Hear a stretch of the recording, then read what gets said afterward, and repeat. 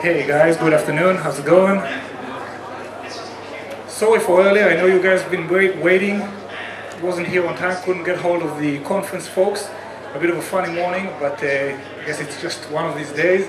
Hopefully, we'll provide some value now. Can you hear me all right at the back? Excellent. Let me put my blue still face on if you're taking photos. Actually, I got it only once here on the photo, and that's the last time I had my blue still face. Look, talking about LinkedIn in a room full of people is always a bit funny, especially if they're not your customers, because LinkedIn has so many different uses for so many different people. So there's always different levels of knowledge in the room. And it's a bit tricky trying to figure out what to say to who. So I've put a slide of like a deck of 100 slides with everything I know about the company that I can publicly say. And what I want to do now is try and gauge what's the different interests that we have in the room today, so that everyone leaves the 30-minute talk with something. So just out of curiosity, how many of you guys have a LinkedIn account, profile basically? By raising your hands. Okay, so that's a good sign. Thank you. How many of you are using LinkedIn to market or sell on the platform? Okay. How many of you are using it for your company's presence? Digital representation? Okay. So, and the rest are what? Startups, entrepreneurs. What do we have here? HR folks? Anyone in HR? That's a great sign. Okay, that's perfect. I don't like the HR conversations. So I'll tell you what we'll do. I'll go over a little bit about what LinkedIn does as a company, what is our value proposition, just so we all know the same about what we do, because it's sometimes in the news and there's acquisitions and there's all sorts of stuff happening. So let me get everyone on the same page. Then I'll go and talk a little bit about the marketing solution team, which is my team, the team I'm working for, how we help our audiences interact with data and connect to opportunity. And lastly, if we have specific questions about campaign management, lead generation, stuff like that, I'll leave about 5-7 minutes to go over what we can cover in that amount of time and send you off with that. If you have any questions, raise your hand. I like being interrupted, very ADHD, so just interrupt whenever and we'll take it from there. 28 minutes to go and we are starting. So LinkedIn as a company, it has a vision. I'm going all corporate on you, but the vision is to create economic opportunity for every member of the global workforce. Now, I wouldn't usually present that type of corporate lingo to general audiences, but I think it's really important when you're trying to make sense of what LinkedIn as a business stands for. So that's the vision of the company, creating economic opportunity. And the mission is to connect the world's professionals to make them more productive and successful. Now, the way people engage with the platform differs greatly. Some people will only go in every couple of years when they're switching jobs. Others will only go in when they are attending a conference and they want to research the people they're going to meet there. Other people are there all day, not only just because they work there, but because they have other uses. We're seeing the platform increasingly generates more and more engagements around content. It became people's front page for business news as well. So let's make sense of it all. By connecting to opportunity, what we mean is that we want to have something for everybody. And we want to have the ability to add value, support people, make them more productive and successful for every stage of their professional lives and for their companies. How do we go about it? We are trying to create something that's called the economic graph. The economic graph is a digital representation of the world's economy. What does that mean? It means that we'll take the individual contributor, the individual member, and have their profiles digitalized. They have their own professional identity online. We'll take the companies, all the companies that are in the world, we're getting there slowly, and have their company page set up, a digital presence for the company to tell about what they do. They can use that to attract talent, they can use that to distribute content, news, jobs. At any given moment, we have about 7 million jobs available through the platform. So when speaking about connecting to opportunity, that's the type of thing, 7 million jobs. skills representing what people can do and what kind of jobs require what kind of skills to allow people to align their careers and their aspirations with that. That's also the reason why we are so hooked on mapping out the schools and educational establishments to allow for that to happen. And lastly, knowledge. We want to have all the knowledge on the platform in a manner that's accessible, reachable, engageable for the audience. Just one thing about skills. We're seeing that the way the world works kind of changes. The whole higher education system goes through a bit of a crisis because people are getting their education in places other than higher education establishments. Not only in the academy, people teach themselves, people go online, so the entire world is changing. And the way we measure skills, an MBA from a school is not enough if he doesn't have the necessary skills. So the degrees are going more and more granular, and people are going to more and more diverse range of toolboxes to get qualified for their jobs. So the economic graph is basically a way for us to understand what LinkedIn as a company is trying to achieve. Those of you who read the news or the tech news know that we've bought a company called Lynda.com about 18 months ago. Any of you heard about it, Lynda.com? So it's an e-learning website with thousands of courses. Basically, we bought the company to allow and facilitate these online learning processes. So if it wasn't for the economic graph, this acquisition wouldn't have made any sense. Why would a HR website buy? So now that you have the context, I hope it will start making more sense. This is our value proposition for our members. What do people get from the platform? So this is an important slide for everyone who has engaged with LinkedIn. Just see what else is there for you. So basically staying connected and informed, it means keeping up with your connections, staying up to date with relevant news, sharing your knowledge, sharing your views. Advancing my career means to get hired, basically, develop and learn new skills. The last pillar here is work smarter, attract, recruit, and hire talent. That's one of the value propositions for our customers.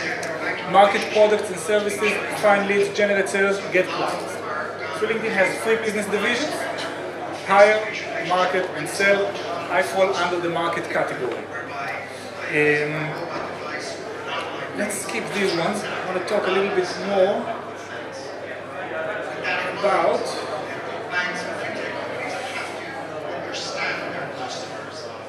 I wasn't joking when I said I've put 100 slides there.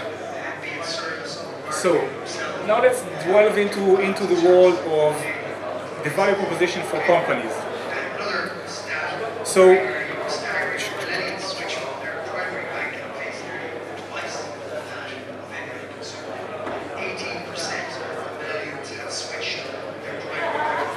that's an important slide because this one is kind of the buffet of what we offer, how you can tap into that. So if you're a hiring manager at a company, the value proposition for LinkedIn is very, very clear. You can find people based on their business demographics.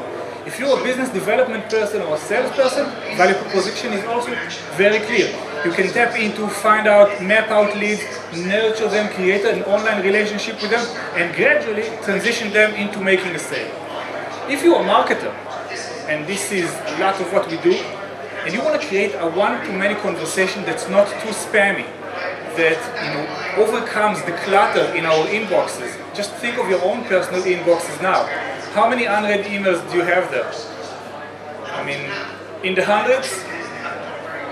Even if you eliminate the Groupon ones, it still is in the hundreds. So this is what we're seeing, and it's getting harder and harder to get the attention of the people we want to be speaking with. Attention spans become shorter. There's more and more people wanting more of it. So how do we do that? This is where marketing solutions for LinkedIn comes into play. Now, you are all digitally savvy. If it wasn't for that, you wouldn't have been here. I imagine, I see by the faces that some of you are already born into the digital world, such as myself. I was still having to rewind the videotapes before I'm returning them to Blockbuster, but gradually became fully digital, and this is where I stand. This is where I stand today. And I think that for marketers to understand how to engage today, depends on where you started your career at. but it's not as intuitive for some as it is for others. So we used to think of marketing as a one-way track. It's a numbers game. If I'll send 1,000 emails, 100 will be opened. I'll get a response from 10 people, and I can expect to sell to 2 or 3 of these guys. So 1,000 emails equals 2 sales. It's not a very sophisticated way to think about marketing, but often this is what we do. If you try to calculate back from how much money you have, how we're gonna get a positive return on our investment, how many people should we be speaking with. So we push that narrative aside, and when we're talking about marketing today, we're talking about, we have this bracelet here, which is much more circular. Now, LinkedIn as a platform, we compare it to boardroom mentality rather than to a playground mentality. When people log into the platform, they're there for longer periods of time. You can be opening LinkedIn on your desktop at work, and it's fine, unless you're blatantly looking for a new job. You know, your boss won't say anything because it's legit, it's okay, you're there because you need something. And the currency is value exchange. So if you are, as a marketer or advertiser or vendor or business person, if you want to take something out of the platform, if you want someone to engage with you, if you want to get someone's attention, you need to be willing to provide value to these people. It's not a one-way route where you can just scrape information, reach out to people, and hope to make the sale. It won't work. People won't buy into that. It's very, very personal, and we're trying to keep it that way. Just out of curiosity, do you know who is the #1 followed person on Facebook? No, it's not Zuckerberg. It's actually Cristiano Ronaldo, the football player. On Twitter, if I'm not mistaken, it's either Taylor Swift or One Direction, I'm not sure. But this is what it is. On LinkedIn, it's Richard Branson. So that's the boardroom mentality versus the playground mentality. So some pieces of content are suitable for both, some only for one, but it's something we have to keep in mind. So when people are engaging with LinkedIn, they are there to invest their time. They're trying to get something out of the platform rather than to spend their time. I was waiting for a taxi coming here, I was on Facebook. Well, actually I was checking email, but if I wasn't away from the office for half the day, I'd be on Facebook probably. But when I'm at work, I'm looking at LinkedIn because I want to investigate my prospects, the companies I'm about to meet, these type of things. So one takeaway is boardroom versus playground. That's important. Going back to how we do marketing based off that mindset. So it's a circular process, okay?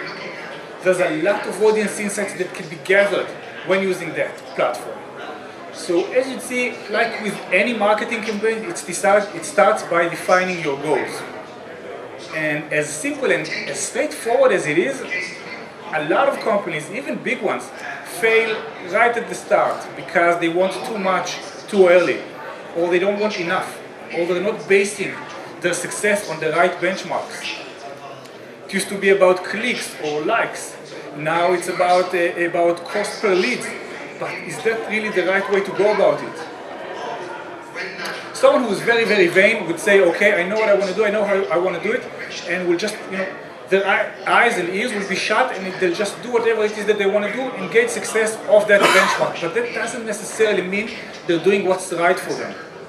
So by changing our approach from funnel-oriented, starting with a big, large number of audience and coming down to just several leads, and going through that circular motion, we're trying to break through that mindset. So after we've defined our goals, and we try and help our companies do that, we select our targeting. Now, targeting on LinkedIn, that's our USP, that's the #1 reason to go to LinkedIn, because you want to be talking to a specific person or a specific population, because they're the only one that can buy your software, or they're the only one that will need your services, which is fine, that's great. What's the caveat of that? What's the downside of that? It's wanting to talk only to the senior decision makers. So you'd only be talking to the people who sign the checks, the CXOs, the owners, the partners. And that's, think of your managers, how they go about their days. Whenever you put something out there on LinkedIn, think of will my manager have time to read that if I'm putting it out? Is it worth his time? Am I adding value? Am I making him more productive and successful by posting that? If the answer is yes, then by all means, this is the content you should be pushing forward. If you're not quite sure, or if you're thinking that removing the company logo from the piece of advertising you're putting out will take all the value away from it, it shouldn't be there. It's all about seeing how we can provide value to the people we are targeting. So one tip is not over-targeting on seniority, making sure you know who the people you want to talk to before sending them that message. After you've established your target audience, after you've avoided some of the caveats of over-targeting on seniority, we can move on to engaging them with the content. The reason I'm saying content is because of something that you've all heard before. It's called banner blindness. People don't want to see your ads. Couldn't care less. Really, like the generation. If going back in time, so I think I'm one of the born in '84. So I'm one of the last people on earth that was born into the generation that loved advertisements. We were waiting to see what our brands has to say. And today people want everything advertising free. Simple as that. People don't care anymore. They don't want to be interrupted. They want to consume the news. They want to consume their content the way that suits them. So that's a big change for advertisement, for companies in general. So how do you create content that's engaging, that's compelling, that's interesting, but that also can drive leads? So there are plenty of ways to do that. But the one guideline is always be helping. That's what I started with. So your content needs to be content that appeals to people, that talks about their professional lives. After you've put it out, then comes the optimizing. Optimizing part, this is something that we're very proud of on LinkedIn. We have the ability to learn the audience and see who interacted, what they did, how they did it. And it's all based on this beautiful set of business demographics. So just shoot over what type of professional demographics would you put on your profile. I gave a few examples. What would you put there? What would you as an advertiser find of value to know? You'd like to know the person's seniority, we've mentioned, right? If you want to talk to CXOs or senior members or people who have just started their roles. So that's one. We want to know the company they're working at, or at least the industry. There's no point in selling financial management software to people who work in a pharmacy, for instance. So we want to know the function as well. We want to know the geolocation, of course, just so we can make sure we're selling to the people we can. We don't want to be selling out to people we don't even speak their language. So for us, leads that are coming out of China right now wouldn't be of much help because we won't be able to communicate. So we can optimize based on all of these different targeting criteria. If you've opened a profile on LinkedIn, you've seen them, you've used them, you have to fill in for all of the different fields. So all of that information can be available to use them. But what do you need to keep in mind? Members first. Members first means that we will never disclose first-party information. We won't be able to target based off that. So it's always thinking in the sense of a business professional demographics. It's a bit tricky. If you haven't ran a campaign with LinkedIn in the past, I would recommend you to do that just so you understand what types of audiences are available to you, what you can get out of it. But the circular motion is basically defining the goals, targeting the right professionals, putting your content out there in a manner that's appealing and helpful to them, and then optimizing the effect of it. Asking a CXO of whatever sort to download a 40 pages report or a white paper or go on a demo for your product, unlikely that they'll have the time. A few objectives you can use to kind of formulate and get your heads around. So something we see a lot is creating awareness in the early purchase process. As we mentioned, the fight over the attention spans, it gets messy. People won't remember companies. You have to find them at the right time, at the right place. You can use display ads and whatnot to do that. Another thing we see a lot is engagement with content as an objective. So I just came back from a meeting with a big food manufacturer, and they're putting out a lot of thought leadership pieces out there. They're selling cheese, but they want to know what other people think of the future of nutrition, the future of food. all sorts of stuff like that. So one of the objectives is just to see what people think, have them engage, have them comment, feeling the vibe, feeling the pulse of their industry. And lastly, and I think this is where a lot of the attention is just generating leads. Now, back to the targeting part, because I think it's the most critical part and the biggest unique selling proposition we have. What can you target off when you're on LinkedIn? And this is the key if you want to understand how to generate leads on the platform. So rich demographic data, we've mentioned, job function, seniority, company name, geo, industry, you can do that. You can also use interest-based selling. So we can use the skills that we've mentioned. You know the little bar that has all of your skills on it and people can endorse you for it? Have you used it? So we've put a lot of enhancement into it because we realized that if my mom endorses me for digital marketing, it doesn't carry as much weight as if it was my boss doing the same. So we're constantly improving that to allow for people to target based off skills. We have so many web developers and coders that didn't go to a school, they just have that skill and they're very good at it. So we can target them based off of their education, but we can target based off skills. Now, when is it most helpful? When we have all these skills that are being added to the portfolio all the time. For instance, I'll give you an example from the job function role. We have to standardize that because people put in as free text whatever they want. Now, a community manager. Have you heard of that position? Have you interacted with community managers in the past? So that's a job that didn't even exist 6 or 7 years ago. A community manager would be, I don't know, the person who has the keys to the cupboard with the balls in the communal building in the neighborhood. Today, a community manager, people make careers out of it. So we have to standardize that, make sure that we can address them. The same with skills. So 3D printing was not a skill 5 years ago, it is now. This is why targeting based off skills is so important and can be so helpful. Another way to do it is something called persona targeting. So this is our way of taking layers of information, just crossing them with one another and making it useful for advertisers. For instance, let's take the mass affluent. That's an audience. A lot of companies want to talk to mass affluents. Why? Because they have the money. So you could be selling them, business class airplane tickets, or a car, or insurance, or real estate. It's all the same people. So an example for a buyer persona like that, we created one for our own uses, but you can do it as well. If you recognize your audience, you can cross-reference some of the different business demographics. Like, for instance, the company size and seniority.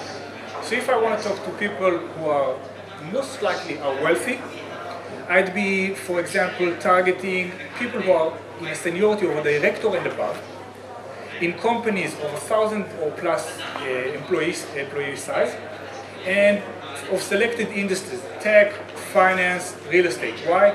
Because I can derive that holding that position in that kind of a company means that you should have a disposable income of an X amount. So that's just another way to create a buyer persona. Our premium advertisers, some of them use more sophisticated stuff like business travelers. How would you know? So we can tell if someone has logged in to the system through 3 different APIs in a month. We can assume this guy is a business traveler and offer him what we see relevant. So these are examples for how to think LinkedIn targeting. Now, I think this is a good takeaway because A, we're reaching the end of the time, and B, this creates a clear divide between what you can do organically, using your own existing means, and what you can do via the paid channels. So I'll just go over quickly the paid channels because they're not really interesting to me today because I want to make sure that when you leave the room, you know what you can do. So basically you have all sorts of marketing solutions. This is our way to connect audiences with the advertisers. It could be banners, it could be content in the feed, and it could be emails sent directly to people's inboxes. So this is on the paid side. Not very interesting. Let's see what kind of homework I can give you to go back home with and start working and start propelling your companies forward. So first of all, the company page. Just by a show of hands, how many people have their company pages set up on LinkedIn? Brilliant, brilliant, brilliant. That's great. It's an unbelievable asset. You know why? Because there's no virality cap. So this means if your company has 1,000 followers and you post, your content can potentially reach 1,000 people. If they're connected, they should get it. So there's no 5% or 10% cap that holds you back. So that's one great advantage that you can have. Build that following. Post helpful, relevant content. It'll come back to you. So that's that. Showcase pages. Basically, it's a sub-page that can go under the company page. So, for instance, just a recent example for Bank of Ireland, they have Bank of Ireland, they have the company page, they have thousands of followers, people from all walks of life who follow what the company is doing. But they wanted to create something a little different. They wanted to create a showcase page for the chief economist to share helpful information they think can be helpful for their followers.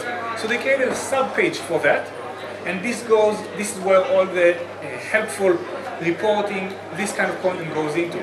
So if your company has more than one brand or more than one business line, you might want to consolidate them under the same company page and start up showcase pages to enjoy that. Another thing we have is long-form posts. So I don't know how many of you are aware, but LinkedIn is a publishing platform as well. More than 1 million people publish long-form posts on the platform. I think one of the examples to explain how this came about is the Amazon expose held by the New York Times in August 2015. Anyone remember that article? It was called Experiences from a Bruising Workplace. So basically the New York Times interviewed 150 Amazon employees and really portrayed a really grim picture of what it's like working for Amazon. It's a household name. So the company, Jeff Bezos, the CEO, sent a memo to everyone saying, guys, if you work for that company, you're free to work. But if you're not, make yourself heard. And one of the guys who read the memo decided he wants to follow up on Bezos' request and post his experiences from the company. He was cut off after about 1,000 characters in the New York Times comment section. But not knowing the technological correspondent or the news editor, he didn't have a place for it to be published. So he took what he had to say, published it on LinkedIn, and all of the conversation that the New York Times have worked months on end to bring to the website just slowly migrated to LinkedIn, because this is where the conversation was happening. So that's one example of how long-form posts can help. It also becomes part of your professional identity. So if you are doing something, shout it. If you have decks or slides, or if you've attended conferences or conventions, use that resources, recycle them, bring them to your platform, show people what you're about. It's getting more and more important because of the gig economy, because we're not, just one job is not enough. So I'm willing to bet that more than half of the people in the room have more than one occupation. I could be working full-time for LinkedIn, but I am also a marathon coach on my spare time. And I also run, the Movember organization for Israel. So just, that's two side gigs that I have, and I'm sure that everyone here has many of them as well. I'm sorry for not coming in with a mustache today, but I still don't know how Irish audiences accept that, so I'm being careful with that. So that's why long-form publishing is great for you, because it helps you support your professional brand and explains what it is that you do in a more elaborate way. Lastly, SlideShare. SlideShare is also a website owned by LinkedIn. Are you familiar with SlideShare? Have you used it in the past? Okay, great. I don't know how many people know that it's owned by LinkedIn, but it's basically a website that has millions of decks, millions of SlideShares, and it allows you to be approachable, accessible, searchable, but it doesn't require any spend or any investment. If you have your sales decks, if you have ready-made reports, if you have reviews that are of value to other people, upload them under your name to SlideShare and make them available for people who want to search you. You never know what's going to come out of it. So highly recommended to go about and use these organic ways to post. How many of you are content managers for companies? None. Okay. Oh, one. Good. I want to talk a little bit about employee engagement if it interests someone. Like, is there people who are keen to harness people from their company to do stuff on LinkedIn? Yeah? Half and half? Okay, so I'll be brief. So one of companies' biggest assets are their employees. Everyone says that, right? Like, we're family until the day you get, fired. But up until that day, we are family, which is fine. How do we leverage on the existing assets, the people who love working for us, who love what we do as a company, and inform the world about it? it's not an easy task, because if my manager would send an email, hi guys, we posted this and I ask all of you to share it on your LinkedIn profiles. Well, we had one case in one of our clients' companies that it actually caused mutiny, because they went about it in the wrong way. People won't say what you tell them to say. It's professional, but yet it still is personal. So how do you do that? LinkedIn does it really, really well with their employees. One example we had from the recent times is they wanted us to take a second, think about our careers, and thank our mentors, the people who have influenced our career, who have influenced our life choices. They said, guys, the theme is thanking your mentor. And some of the leaders went about, posted their stories. Someone who's one of the sales leader in the organization started off as a lifeguard. One of the people who was regularly swimming there saw him asking what he wants to do with his life, and he's like, I don't know, be a lifeguard. And he's like, have you thought about this and that? And all of a sudden, from nothing, he was influenced to change his career path and become, one of the senior salespersons in LinkedIn. So I took that. I thanked my mentor back in Israel. I'm from Israel. She hired me into my first advertising gig as an intern in Geo Barnett Worldwide. Before that, I only worked in education.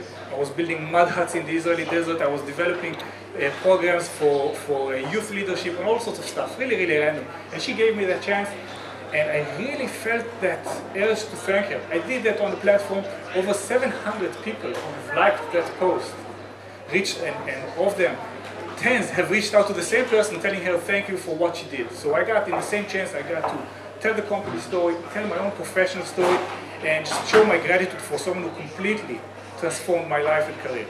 So for employees who want to really do that well, I think that's one way to go about it. Find that nerve, create a theme around it, and encourage, just by doing that yourself, encourage other people to share their experiences.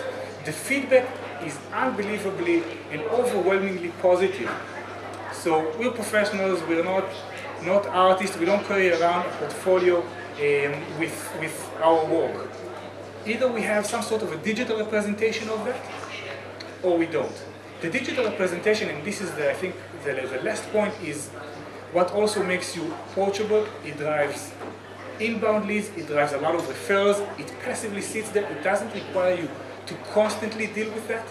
So if you're talking from brand awareness to lead generation, the embodiment of that, the first stepping stone is making sure your own personal profiles are up to date, they display and they portray what you do as professionals accurately, elaborately, open you up, helping you to connect to opportunities.